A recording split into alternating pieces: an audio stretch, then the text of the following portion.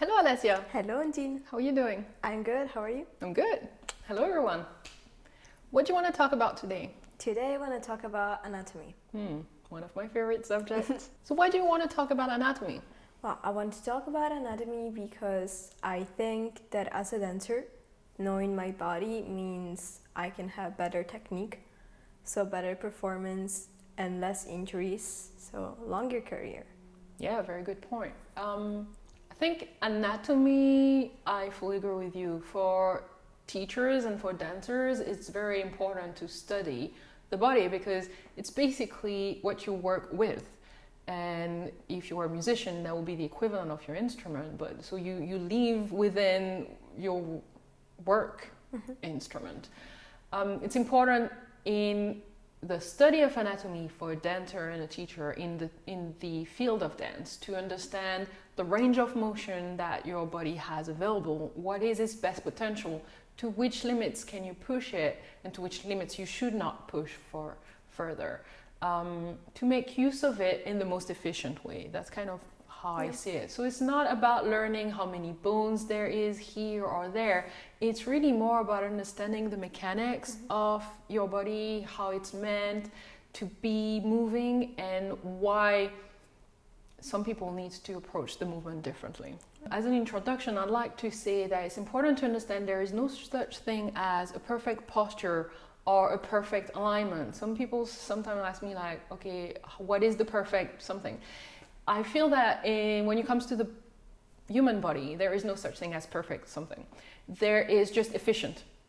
Efficient to me means that you use the least amount of force, the least amount of energy, the least amount of movement. So if you think about, I don't know, doing a dégagé on one leg, if you shuffle around to refine your axis after you've done as you're doing the dégagé, you're wasting energy because you were not on your axis. So you should be on it straight from the beginning. Yeah. That's what I mean by efficient posture and alignment.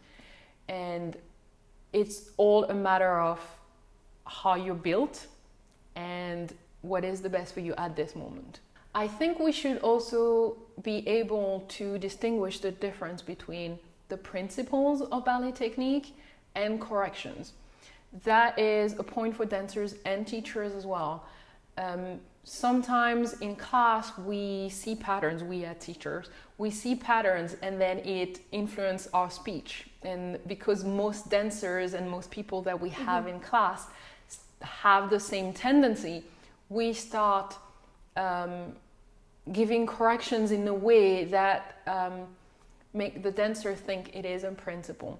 So it's important for the teachers to pay attention to that because we all do it.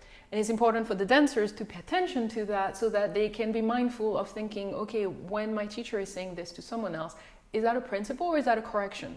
Difference is, a principle is universal. It is the theory of ballet technique. It applies to all, and it's the basis and the foundation of your technique.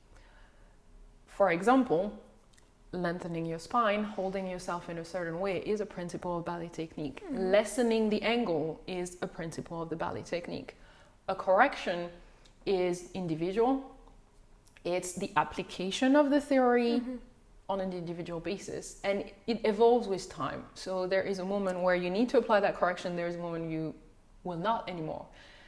So if we talk about ballet technique that lessen the angles, I will probably not correct the elbow angle the same way with a dancer that tends to be a little bit like this and a dancer that tends to be a little bit too much there. Okay. See? So the principle is that you don't want rough angles in ballet. That's applicable to everyone. And then depending on the person and on the day and on the year and a little bit of everything, then you'll tell them to straighten or not. So, that applies to like shoulders down, for example, is a correction that should be individualized. Tucking the pelvis under are corrections as well. The principle is that you want the pelvis to be neutral. The correction will be tucking or untucking. So a point for teachers, be mindful of that because we'll sometimes have our speech being influenced by the fact that there are patterns that we see in class.